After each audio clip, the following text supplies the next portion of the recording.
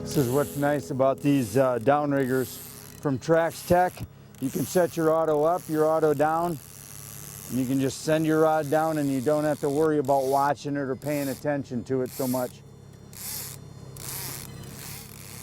Should be interesting. You doing that? Go ahead and grab it.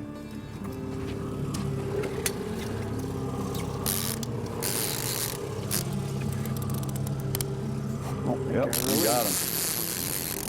Oh yeah, you're off the ball, eh? Oh, that's are you or no? Yeah, now you are.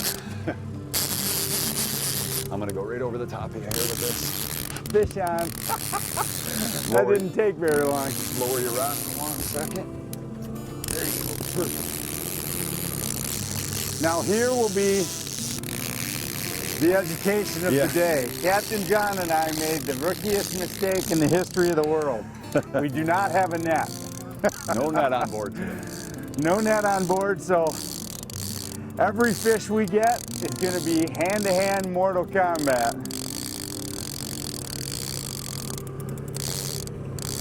It's a good fish too, John. Yeah, he looks like it. Oh, Now to bring these up. sure, you can go ahead and push auto up. Auto up, okay. There he is. Oh, we're going to be able to get this one in. Cool. If there was ever a day we're hoping for not too big a fish, today's the day. And you see that rig we're using right there, and we'll have Captain John explain it to you. I'm just going to go ahead and bring this beautiful fish in. This is a perfect example. Lake Superior out of Marquette, Michigan. Gorgeous early morning laker. And these, so you know, these are exactly what you're looking for, right, John? Yep, those are the best. These eat the best. You got it. They fight, they give you a fun time. And this is the rig. And John, why don't you come in here and explain this rig? What's your setup here? It's a nice simple setup, just with a double-O metal dodger, and then about a 15 to 18 inch leader to either a peanut or a spin and glow. A lot of guys like spin and glows better. And just a couple of beads and a hook. So it's a nice simple setup, and we run this real tight to the cannonball on the downrigger. So yeah, that was only maybe 6 foot. Yep, about 6 to 10 feet at the most behind the downrigger ball. And tight to the bottom. That was the biggest thing. Yep. This rigger was, well, what are we in right now? About 157. So we were within 20 of the bottom, but he had just hit. Just as we came off the bank, Good start. Beautiful, beautiful Marquette, Michigan, Lake Superior lake trout. You know, fishing today out of Marquette was fantastic. We fished with Captain John Tomchek, and John is a long-term resident of Marquette, graduated from Northern Michigan University right here in Marquette, and has been guiding for years and runs Daybreak Charters, and he does a fantastic job. The technique for lake trout fishing here out of Marquette is really basic lake trout fishing. We're either bouncing our downrigger balls off the bottom and creating a little bit of turbulence, and then running our spoons or peanuts close behind those, or we're skipping our dipsy divers, which skipping is basically letting a dipsy out far enough so that it actually bounces off the bottom as well, and we call it skipping because it kind of skips along the bottom, and that does the same thing basically, is it creates turbulence, and those fish really grab on, they hone in on that, they come and look, and then boom, your spoon's right there in front of them. We've talked about this on earlier shows. When you're laker fishing and you see marks that are pegged to the bottom, it is absolutely imperative that you be right on top of them. I mean right on top of them. Even where you're dropping your ball and it hits the bottom, and then you pull it up a foot or two and tighten it down. John had just adjusted that rod. We had marked the fish on the screen. You got a little swing with the ball, so you're able to, you know, still get to that fish. And by hitting the bottom, you attract him to come and take a look at your bait, and then boom, right there, it's right in front of him. He has to make a decision. So it isn't a deadly, deadly way to fish for Lakers, especially when they're deep.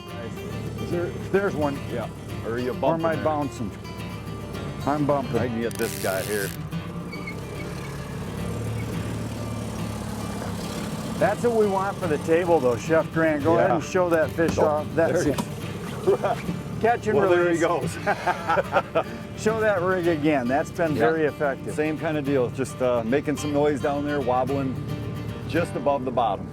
Great Lakes Fisherman's Digest is brought to you by Lowrance Electronics. Fish the finest. This segment is brought to you by Trax Tech, the ultimate fishing system. John, talk about the rod tip and the way it was. That didn't release out of the rigger. Nope, it didn't, and especially smaller fish, because we're fishing so deep, you gotta hook it tight enough to where you're not having false releases. So Sure. a lot of times those really small fish won't pull it free. So you're just kind of watching for that rod tip to start tugging down. Now, once that fish bites, the hook is set. So you're not setting the hook, but when you jerk it, you're just simply pulling it free from the downrigger ball. Right. And there's nothing better than the size of fish we just caught, those two. I mean, Yep. when you're looking for eating fish, those Yep. 18 to 25-inch fish are just fantastic. That's it, correct, yep. That's one of the important things about having, like The we have bottom. a Lowrance HDS 9 Gen 3, which is a Generation 3, their newest model. One of the important factors of this unit and that is offered is that the resolution on the screen and the correctness of the marks, if you want to say it that way, you can really trust when you're looking at bottom and that bottom changes, even the intensity of the bottom mark itself. Typically that, to me, is a fish laying with his belly right on the bottom of the lake. And because he's not up at all, there's no water in between his belly and the bottom, you don't get any separation, you don't get any type of a hook. But just the fact that you get just a thicker orange mark on the bottom, just that is, to me, telling me that there's fish down there. They might not be up and they might not be feeding, but they're down there. And that's why the ball bouncing method is so critical, is that when you're bumping that ball along the bottom, it draws them in, they look at it. If nothing else, it disturbs them and makes them curious. And that's really what we're trying to do right now with these early morning Lakers. But it's important that you always have a really good, reliable piece of electronics on your boat. If you're spending a few $100s on a graph, I hate to say it, but you're not spending enough money because you can't get the technology necessary. If you're gonna Great Lakes fish, John, do you agree? You've got to have a graph that can handle the depths and give you all of the resolution you need at those depths. Absolutely, especially fishing deep water, because like Yeah. you said, to pick those fish off the bottom in 150 plus feet of water, Yeah. you got to have a good powerful sonar. Exactly. I love the HDS 9. It's big enough for me to read easily, even though I'm old and blind, but it's also affordable. It's that nice mix of affordability. I mean, when I Yep. tournament fished, I ran a 12, Yep. you know, the big screen, because I Yep. wanted to, you know, be able to see it from 12, 13 feet away. But I found that this 9 with the high definition screen that they have and the greater number of pixels, Yep. that I can see it great from Crystal like where clear. you're standing. It's great. Yep. Yeah, I've been running the Lowrance products on my boat for probably 20 years, and every time I upgrade, they just keep impressing me. Surprising with the things that you, I know. It's amazing, you know. It's definitely nice. Oh, much better than we thought. Well, these downriggers sure are nice, though. They are, because I mean, my rigger's coming up right now, and I'm not paying. Oh, Johnny, I'll get that wheel. you got the wheel? Yep. Looks like you got something good there. Oh, I got something good on. This is why you stay put with the spread. And we've been hammering fish on the Dodger, and that's been great. But you don't want to necessarily give up on the simpler rig. This is just a plain spoon, no Dodger. Because sometimes fish will start on a certain bite, and then they'll switch. And you don't have any idea when they're going to make that switch.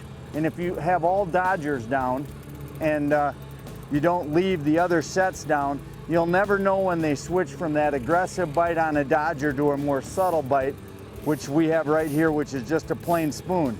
And you also don't know, you noticed a lot of these fish have just been nice eating size fish on the Dodger, but we haven't really gotten anything big. And sometimes the bigger fish might be looking for something a little bit different. So again, you're just in search mode. the whole purpose of being out here is just having fun anyway, but this is a much better fish. Oh yeah, see him back there? This is a salmon, I think. It's a beautiful fish. She is really, Try and get him behind the boat here. really wanting to go. Oh, it's a nice laker. Well, we'll see how good we are with the no net. He fought a little bigger. Oh yeah, Nice. much, much nicer fish. Boy, and you can tell, John, by where that hook is in the mouth that Yep. she really took well. it. I mean, I'm having to go in after it. That's the spoon. That's just a really nice fish. And again, just a fantastic fish. Amazing table fare, and so much fun. I mean, we haven't been out here 2 hours yet, and we have 8 fish. And this is after a week of just ridiculous winds where you couldn't put a 25-foot boat out and fish. And we started on just some good solid start numbers from where John had been fishing before, and we're right back on the fish in a matter of minutes. Let's get this girl right back in the water. And again, the torpedo method, and off she goes, swimming to the bottom. And some guys like to put the rod in the rod holder. Some guys choose to hold the rod when you're sending it down.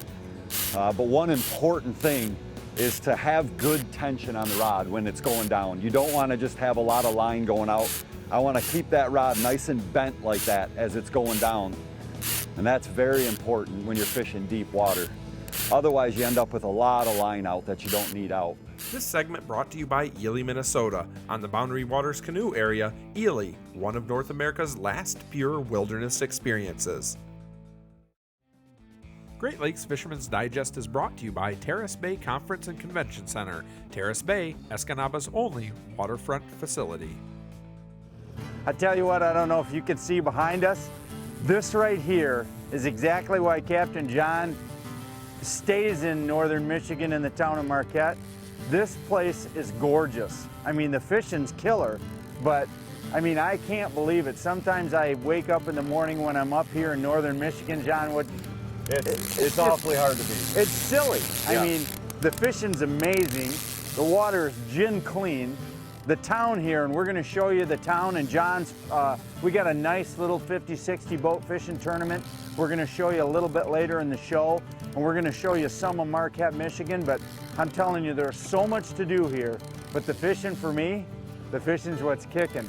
And I'll tell you what's also kicking is that Dodger. That is the hot setup today. We're gonna have to put another Dodger down. Another beautiful table fare fish. Yeah. Wow. Go ahead, Johnny, take your fish. In there. Same on it, but he swallowed it pretty good. Right in the lips there, right where we like him. Bring him right It's up. just a little guy, but he come deep off the bottom, but boy, I'll tell you what, those are hard to beat on the grill. Oh, they are fantastic, Yeah. I know. Yeah. Amazing. Ooh, we got more marks on the screen, so Oh, maybe yeah. we'll get back after him, eh? Yep. The fishing here today in Marquette was done right out of the harbor, just literally a mile or two north of the harbor, very close to shore. And we were lake trout fishing, and we were also attempting to catch some cohos or some kings, but they didn't cooperate too well. But the lake trout were fantastic. They bit readily and quickly, and the lake trout fishing, from what I can see in Marquette, is second to none. It's unbelievable. Marquette is one of the most beautiful places in Michigan. It is a really eclectic, vibrant city. It is a college town. It has got everything you would expect to see in a major metropolitan area, from fantastic food to craft beers. It has scenery, unbelievable scenery, and it's got unique stuff. I mean, as you go around the Marquette County, you get to the towns of Ishpeming, and you get to the towns of Negaunee, and you see the Snowmobile Museum, and you see the little lakes that are just total bluff cliffs. And I mean, if you go right to the outer edge, you go to Michigame Reservoir, which in my opinion is one of the most undiscovered lakes in all of Michigan. Marquette has a ton to offer. For those of you that joined us late, we don't have a net. There's days I surprise myself. This is a better fish too. I don't know if in 18 years, I think maybe once in 18 years of pro walleye fishing, I forgot a net. And in a tournament, that's just killer. Yeah, this is much better fish, John. Cool. That was right on that structure. Right, That was and just it was right as we pegged started right dropping off of back it. off. Yep, right as soon as we dropped off there. I love to see those Lakers come in because I love to imagine what I'm going to be eating later in the day. He's a little bit bigger. Much nicer fish. Beautiful. That's a beautiful fish right there. Hot setup, You too. can see that's a perfect example of exactly how that little peanut works. They a lot of times are just swatting at it. Yep. Correct, John? Yep, absolutely. A They're lot of them are just aggression. swatting, and this one had that dodger, probably brought him in, and that is just a fantastic Yep, fish right pretty there. looking fish. Just amazing. This is just, again, this is exactly what you're hunting for. You're hunting for action, you're hunting for fun on the water, and you're hunting for some of the most amazing eating anywhere. A Marquette Lake Superior lake trout. That's the thing you really have to remember, is that there are so many of these Lake Superiors filled with these eater-sized lake trout. And this is something that for years I've been wondering why there isn't more people targeting this fish. They are so easy to catch. They are not hard. Don't be intimidated by all of the equipment. The equipment is basically a downrigger and a flexible, 8.5 to 9 foot rod with a bait caster. I use a line counter, but as you can see, we're just pulling off 6 or 8 feet to our downrigger ball, so you really don't even need a line counter reel. I mean, it's just a simple setup.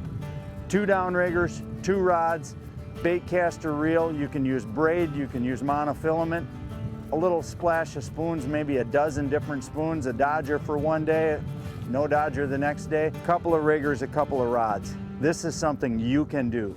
Great Lakes Fisherman's Digest is brought to you by Motor Guide, engineered for anglers. All right, today we got a good recipe for you. It's lemon dill baked trout. And it's very simple to prepare. Get your cooking dish, put the fish in there, sprinkle your garlic salt on, your dill. You don't want a ton of dill, it's pretty potent.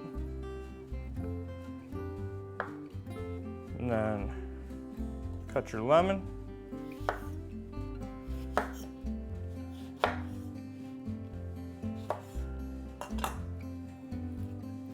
Squeeze that over top.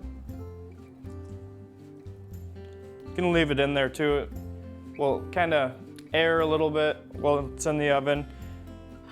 Go through the fish a little more. Cover it with olive oil so it doesn't burn. And then we're ready to put it in the oven.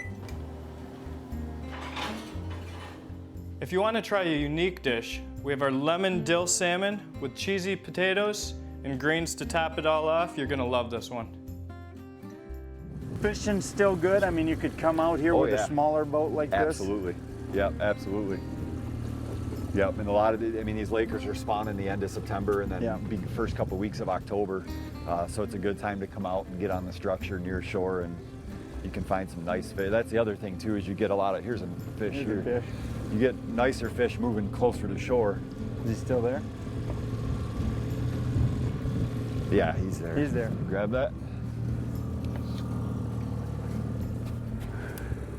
So you noticed how John grabbed that rod and he popped it out. Again, you want to make sure that you get that rod released and be all over. That looks like a better fish, John. Yeah, that's better. A little more weight. Yeah, a little more weight. And even though this is a better fish, he still didn't pop the release. And it's a lot of times when those fish hit, if they don't pop it immediately, the weight of that 15-pound downrigger ball and and that lure just turns their head, and so they're facing it, and what you're seeing is their head shaking, and you're reading your rod tip to see that. That looks like a much nicer fish, He's John. definitely got some more weight to him. We like that. Yeah.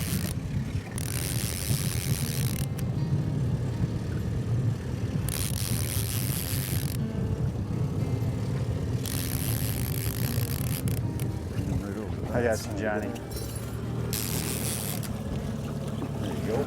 Oh, is Beautiful. that a nice fish, Going John? the right direction now. Beauty. You can get a look right at that simple little peanut to the Dodger to the grill. What an amazing fish.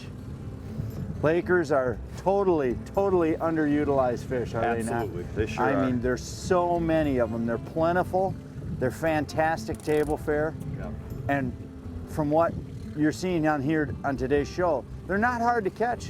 Guys, these are fish that you can learn how to target. And if you give it, what, one season, John, of working at learning how to yeah. fish for these, you Yep. can be an accomplished lake trout fisherman. Yep. And put fish like this right on the center of your plate. What I'm gonna do is just plunge this fish in so that it gets her a start going down. And see, she swam right away. You don't wanna just lay trout and salmon after a long fight from 150 feet and their air bladders are typically distended. You wanna go ahead and torpedo them back into the water so it gives them a little bit more momentum, so it gets them going in the right direction.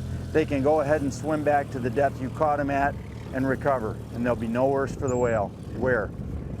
I'm loving this little Dodger and peanut setup right now. It's killing it. Well, John, fantastic day on the water, eh? It was. 12 fish, 3 hours, Marquette in the Upper Peninsula of Michigan on the beautiful Lake Superior. This is John Bergsman with Fisherman's Digest. Thanks for joining us today. We hope you come up here and experience this kind of fishing. It's all year long, from June all the way until you can stand the cold, what, really Well, middle of October? That's it. Yep. When sanity checks you out. Thanks again for joining us. It was a wonderful day on the water. Closed captioning provided by the Quality Inns of Escanaba, Manistee, and St. Ignace on US 2 in the eastern Upper Peninsula. Background, I mean, we are literally last week of August, Yeah. a mile to a mile and a half offshore, and the harbor is right there. Yep. So.